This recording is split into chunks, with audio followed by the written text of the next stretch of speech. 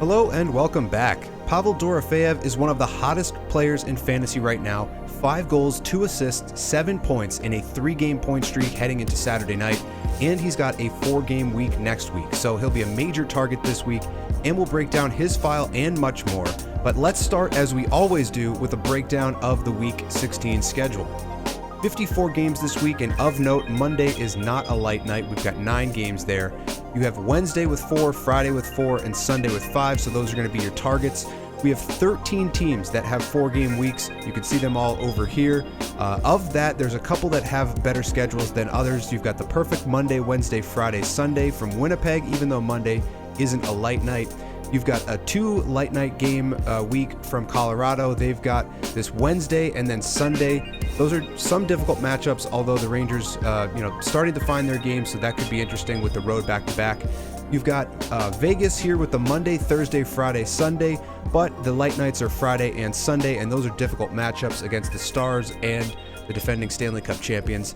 Then you've also got Utah, and they've got the same nights in terms of Monday, Thursday, Friday, Sunday.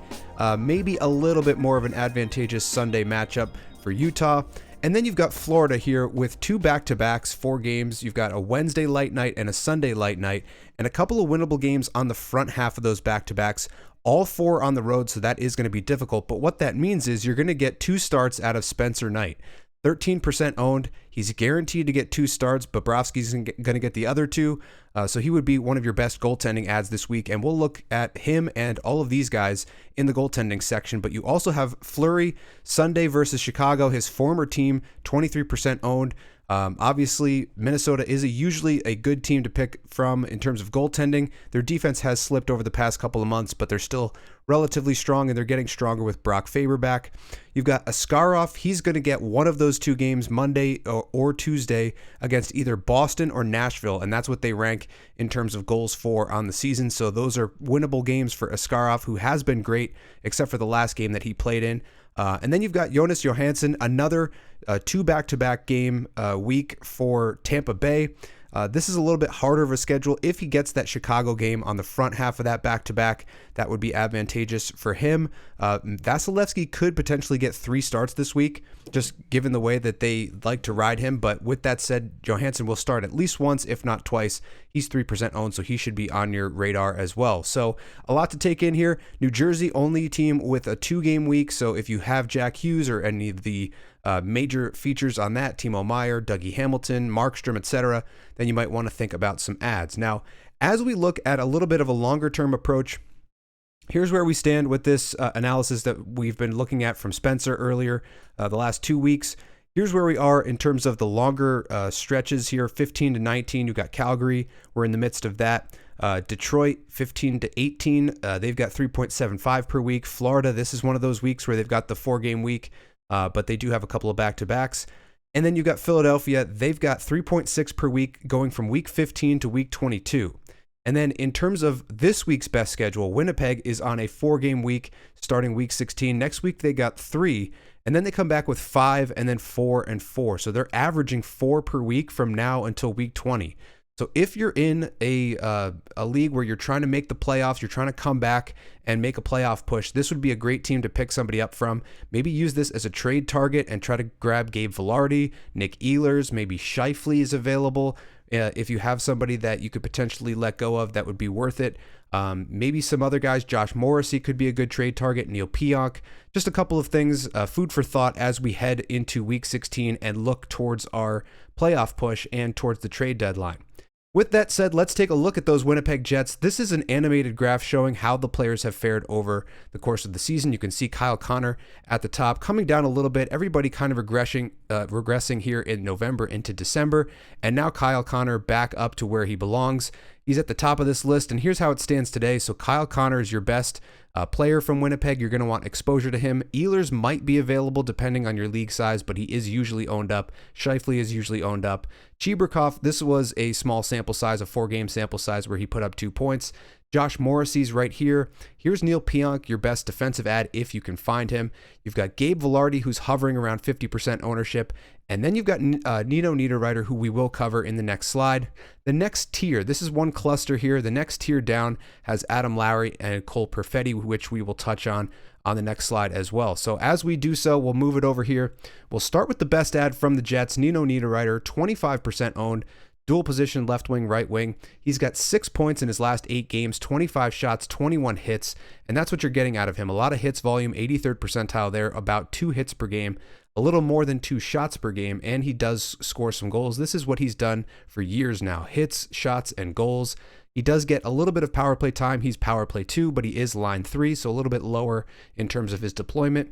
But he has been rising. You can see here over on the hot list from the Player Hub, he's increased 3.3 points over the past, I believe, 2 weeks. So going from a 51 up to a 56, basically back since the new year. So that's incredible for Nino Niederreiter, who is usually consistent in terms of his hitting, but his offensive production does tend to come and go with depending on his deployment and power play time. So at 25% ownership, he might be your best ad this week.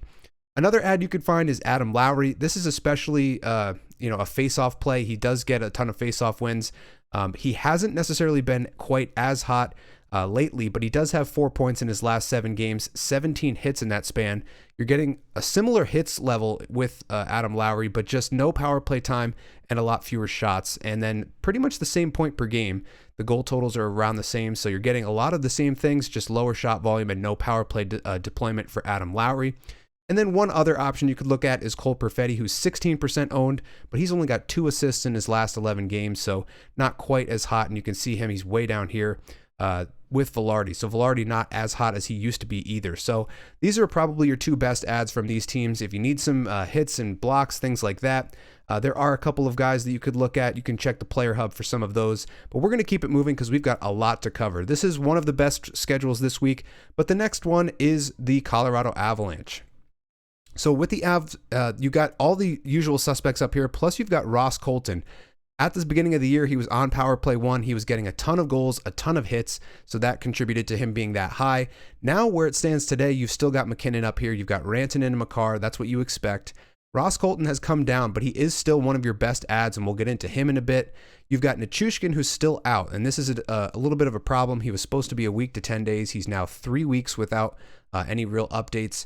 And then you've got this cluster of players here, who some of which we'll cover. You've got Lehkonen, Manson, Drouin, Sam Girard, and Casey Middlestat. So this is how it shakes out in terms of the clusters, the tiers. You've got McKinnon, who's unavailable, these 2 unavailable, and then these guys are where you start to get some waiver wire options. And we'll start it off with Ross Colton, 15% owned when he used to be above 50% before the injury. Center left wing dual eligible, 2 points in his last 4 games. He does get a ton of hits, 2.14 on the season, 2.45 shots per game, and he does get a little bit of power play deployment. But the number one reason to grab him, in addition to his goal scoring and hitting, is this line 1 deployment with McKinnon and Rantanen at 5-on-5. Whoever's playing with those 2 is going to get the beneficiary assists or even some goals. He's known as a goal scorer, so maybe they put him on that line for a reason. And he's going to get a ton of ice time, so that's going to increase his total hit volume as well. So he's probably your best ad. But another guy that should definitely be on your radar is Arturi Lehkonen. He is the guy that usually soaks up a lot of the production that Nichushkin would normally get when he's out. He hasn't been going that well, so it's not necessarily a lot in terms of recent production, but he is dual eligible. 51% is a little bit high given his production, but you know what you're hoping to get out of him, some power play 1 deployment, and that's what you see here. Power play 1 with that unit is what you're mainly owning him for. 97th percentile in terms of goals, almost half a goal per game. 2.15 shots per game is decent.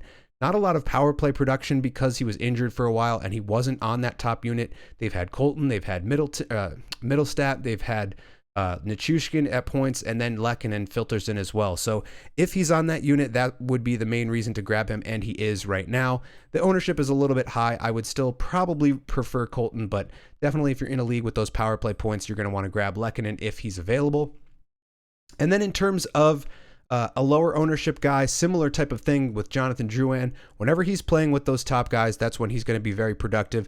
3 assists in his last 4 games. Power play 1 deployment is really nice to see from him. So dual position eligibility, 25% owned. and that power play 1 deployment. He's mainly an assist guy, so you're getting him 95th percentile in terms of assists, and 0.85 point per game is pretty good for a guy like Drouin, who, kind of had to resurrect his career coming back from a couple of injuries and getting traded to Colorado. So really nice to see from Drouin. He's available. Colton's available in a 12-team league. Lehkonen may or may not be, and you can't really go wrong with any of these 3 guys. The last guy we'll talk about is Josh Manson. He's got 2 assists, 7 shots, 10 hits in his last 4 games. He's mainly a hits and blocks guy, and you can see here 90th percentile in terms of hits, and then 80th percentile in terms of blocks. So 2.32 hits per game, 1.32 blocks per game. So he's going to get you a lot of volume for peripherals this week if that's what you're looking for. At only 6% ownership, he should be available in pretty much every league size. That's going to do it for Colorado. Before we move on to the next best schedule, let's take a quick detour and look at some of the hottest players in the league over the last 5 games. So this is the best scoring players from the last 5 games who are under 70% ownership. And there are a couple of guys here that we do want to touch on. Dorofeev, who we will touch on in the next segment. He's got 7 points, as I mentioned, in his last 3 games, 3 power play goals, a power play assist, 15 shots. So really productive there, 3 shot per game average. And he's only 30% owned, so he is available.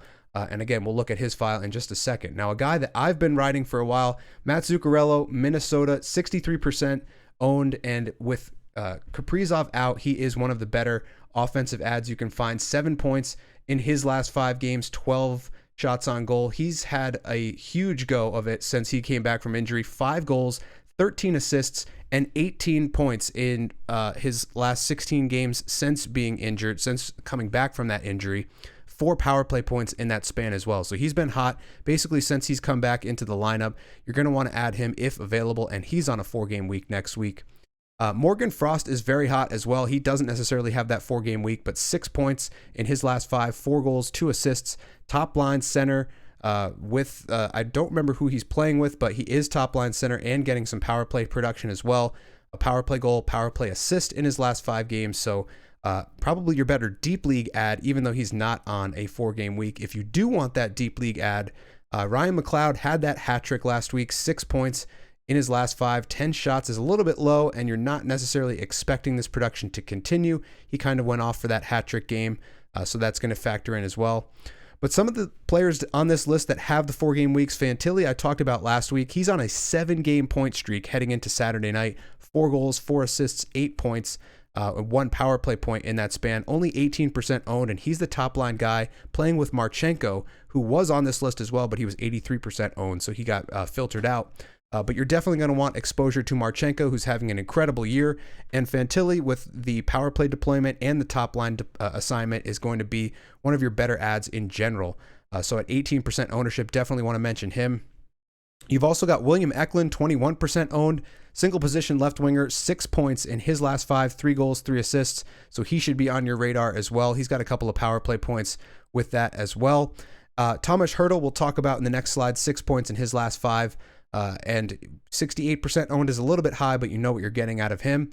Jordan Staal has cooled off just a bit, 1 point in his last 3 after going through a 4-game point streak. So just wanted to mention that he's starting to cool off. And then Nick Schmaltz down at the bottom, a point per game in his last 5, and we'll get to him in just a little bit. So just wanted to take a quick detour to show you some of the hottest trends in the league over the past 5 games. Now, with that said, we are going to look at a couple of these guys in detail in this slide. So this is Vegas. This is that animated graph that you're seeing in Vegas. And when we look at it, this is the beginning of the season. You can see here Stone and Eichel starting to go up. You've got Barbashev playing really well, Hertl playing well, Dorofeev playing well. Some of these guys started to go backwards a little bit. You've got a huge cluster of players that are ownable. You've got Eichel leading the way, Mark Stone whenever he's healthy. Here's Hertl. Here's Barbashev, who's been ice cold in the last 4 games. I've gotten a couple of questions about what to do with him. Here's Dorofeev, who's playing really well. Victor Olofsson is hot right now. I just never trust him to keep that going. You've got Pietrangelo and Hannafin on D. William Karlsson is a little bit cold, but he's usually a pretty steady option. Brett Howden has been scoring goals left and right this season, so he should be on your radar. Keegan Colasar for hits, Robert Haig for hits, and then small sample size guys with Denisenko and Morelli. But with that said, let's get to some of your best ads this week. You've got Pavel Dorofeev, who we've talked about a bunch here. 2.91 shots per game is great. The .42 goals per game is also great, 95th percentile there. And the power play numbers are also really nice. He's getting you .20 power play points per game. Again, this 3-game point streak, 7 points, line 2 and power play 1. So he's going to continue to get that assignment. So that is worth noting as well. He's probably your best ad in general this week at 30% ownership. Now you can see it teased here, Tomas Hertl. He's another really good ad for you. 6 points, 3 power play points in a 4-game point streak right now. Line 2 and power play 1. He's a little bit more complete than a guy like Dorofeyev with a little bit better power play production. The shot volume is a little bit lower, 2.33. The overall point per game, 0.71, could be a little bit higher. That's always seems to limit his ceiling, is his overall point per game. So other than that, he does hit a little bit, 1.29 hits per game and 0.8 blocks per game. Line 2, power play 1 is nice to see from him as well. Then you've got Brayden McNabb for your hits and blocks, 2.29 hits per game, 1.86 blocks per game last week. And that's kind of a reversal of what he does. 98th percentile in terms of blocks normally. Vegas is known for their shot blocking. They're one of the best shot blocking teams in the league behind Philadelphia. Then you also get some hits out of Brayden McNabb, 74th percentile there, 1.6 per game. At 19% ownership, if you're looking for that hits and blocks volume, you're going to get it out of McNabb and most of the Vegas Golden Knights for that matter. So this is sort of going to pay off towards the end of the week with this 3 and 4 schedule. Maybe not going to start you off the week well. So if you want to grab him for the back part of this, maybe you don't need him on this first game against St. Louis, but that would be beneficial if you're looking for category coverage in those 2 areas. Now, up next, we'll take a quick look at the Utah, what could be called the Yeti in the near future. We don't know if that's actually going to come to fruition, but the hockey club nonetheless, not a lot to speak of in terms of standouts for fantasy. You can see Gunther kind of at the top, separating himself a little bit. He's been injured now, so he's going to be out for a significant amount of time. You got Clayton Keller, who's obviously their best player, around a point per game. Dual position eligibility, but he's owned up. You've got Logan Cooley, who we'll talk about, Nick Schmaltz, who we'll talk about, Sergachev just quietly going about his business, and then you've got this rest of this cluster over here with McBain with a good hits option, Liam O'Brien, another good hits option, and then the cluster of players over here, kind of hit or miss depending on when you can get them. So with that said, here is their player hubs. You've got Nick Schmaltz, 20% ownership, center right wing, dual eligible. Pretty decent file here. So you've got 91st percentile power play, 2.2 shots per game, 94th percentile in terms of assists, not much in terms of hits or blocks, but you also get a player who's red hot coming into Saturday night. 1 goal, 3 assists, 4 points, 2 power play points, and 8 shots in his last 3 games. Line 1 and power play 1 at only 20% ownership. That is something that perks your ears up if you're looking for somebody that's going to get you some power play points. The dual position eligibility will also help. And again, this is sort of a back half of the week play with 3 and 4, all on the road though towards the end of the week. So keep that in mind. He is your hottest player, but there are a couple of other options. Logan Cooley is your hottest player over the last longer period. So in his last 25 games, 10 goals, 16 assists, 26 points, 13 power play points since November 23rd. He has been hot for a long time now. He has to be a must own in pretty much every league format. By this point, I've been owning him in at least 1 or 2 leagues for a couple weeks now, and he's been paying off every night basically. So 0.86 point per game, 93rd percentile there. The power play numbers are great. Those 13 power play points will do that for you. 93rd percentile in terms of assists, not a lot in terms of peripherals, but you can see this trend basically back since December all the way up, and he has not slowed down. So he's a must own, even though he's a single position center, 47% ownership. He might not be there for you in a 12 teamer, but in a 10 teamer, you definitely should have him on your squad. At this point, you can see him down here, 1.9 points improved. And that's just from the last 2 weeks. He's been improving basically all the way back here since early December. Last but not least, we've got Matias Maccelli. He's on a 3-game point streak, 2 goals, 1 assist, 3 points in that span, line 2 and power play 2. Everything else is kind of low. You can see him here. He was very high in terms of where he was previously, but this is only a 34. So not really impressive in terms of fantasy coverage. And then he dropped off a cliff, and he has been rising since then. So that is worth noting. And this point streak is worth noting. So this is your deep league ad for the week. That line 2, power play 2 exposure is nice. But if you can find it, I would rather go out and grab Nick Schmaltz for that line 1, power play 1, and only 20% ownership. So, and you get the dual position eligibility. Just wanted to mention him here as he is hot going into the week. We're not going to cover Florida because we covered them last week and not much has changed. But they do have those 2 back-to-backs. I mentioned that you can probably go out and grab Spencer Knight at 13% ownership as a streaming option for 2 games next week. So let's take a look at his goaltending hub file. So you've got Spencer Knight here. He's 41st on the goalie hub. You can see the save percentage not great. The goals against that's because of the team defense, 64th percentile there. Again, 13% owned. He's going to get 2 starts. Probably Anaheim on the front half of the back-to-back and then San Jose on the front half of that back-to-back. So those are nice opponents to see. He is starting against Anaheim tonight. We'll have to see how that goes. But he has won 3 of his last 4 starts with a .910 save percentage and a 2.2 goals against. And you can see here, even the last 2 weeks, he's got a .968, 1 win in 2 starts. 2 games played, I should say. One of those was a start. One of those might have been a fill-in position. 0.5 goals against in that span is really nice, and you can see him improving from a 37 up to a 53. So not that great in terms of this little blip as we headed into the new year, but he has picked it up lately. This is a good team that you want exposure to.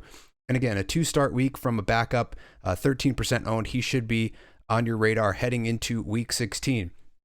Now, another guy I mentioned off the top of the video, Marc-Andre Fleury, he's going to get potentially that second half of the back-to-back against Chicago, his former team.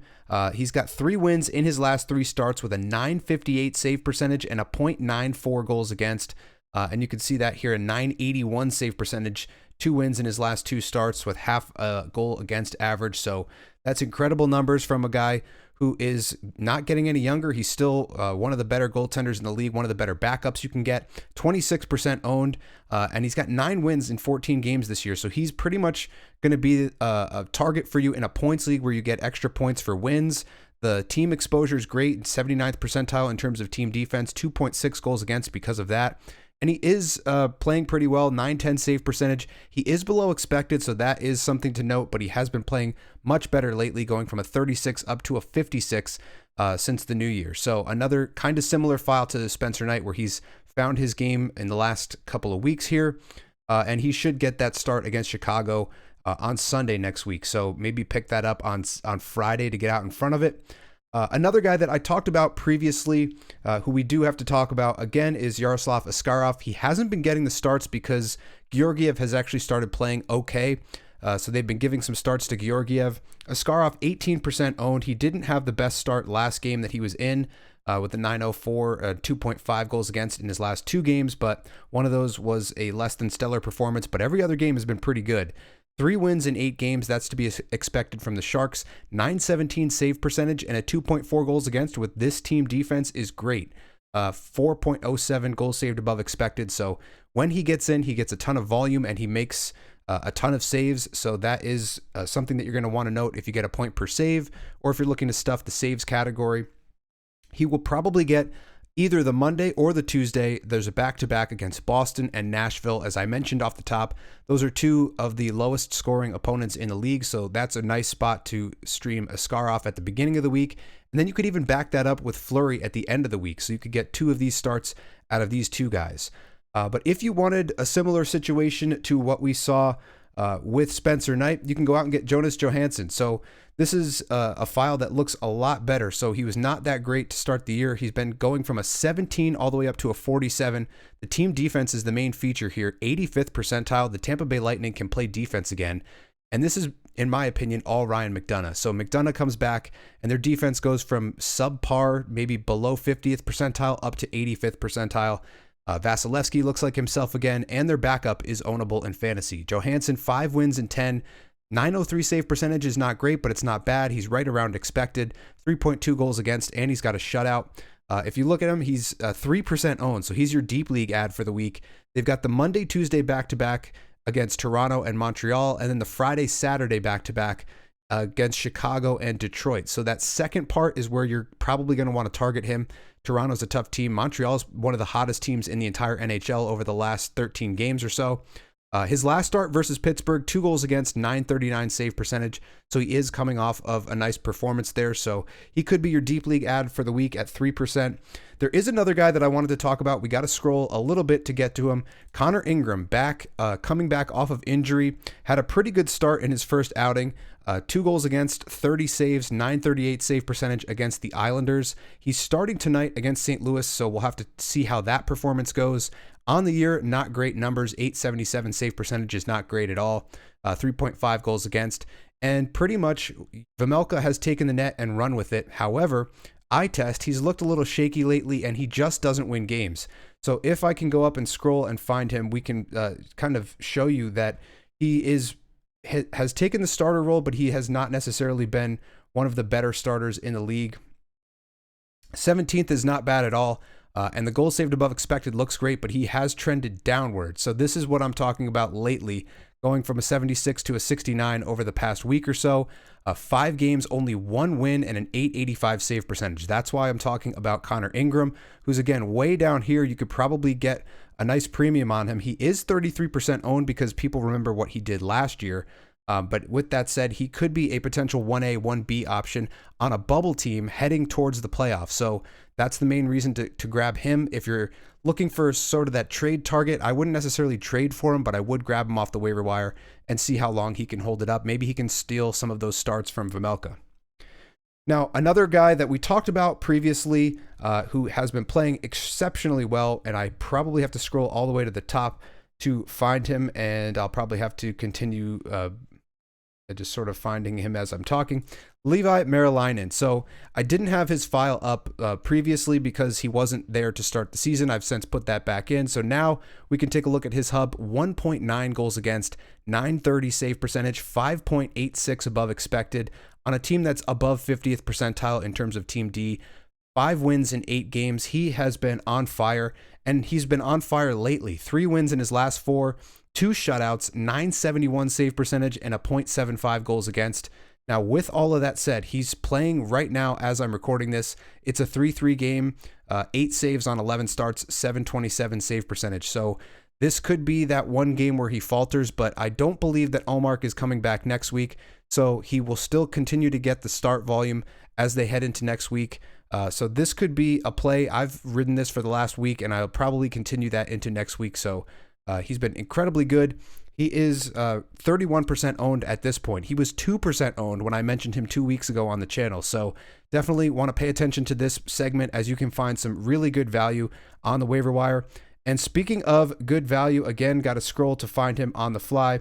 Jakub Dobes has been incredible since he got into the NHL, getting a shutout in his first game, 4 wins in 4 games, .98 goals against, 963 save percentage, 1 shutout. He's 98th percentile and 97th percentile in these 2 metrics, obviously small sample size, but he's 7.1 goals saved above expected. So incredible production out of their backup goaltender. He's definitely been a factor in their resurgence over the past month or so. They're one of the hottest teams in the entire NHL.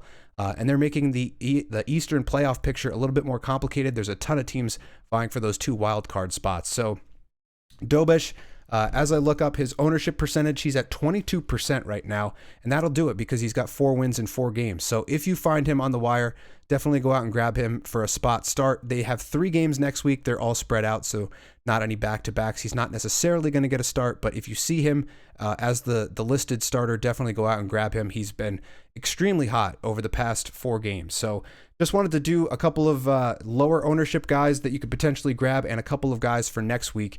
But that's going to do it for this video. Let me know who you've got your eye on as we head into week 16. I'm starting to climb back in a lot of my leagues. I won all 5 of my leagues in the same week for the first time all season long last week. So we're starting to get some momentum and starting to make a push towards the playoffs. I could use all the help I can get. So leave those comments in the comment section below. But thank you for watching, and I'll see you in the next one.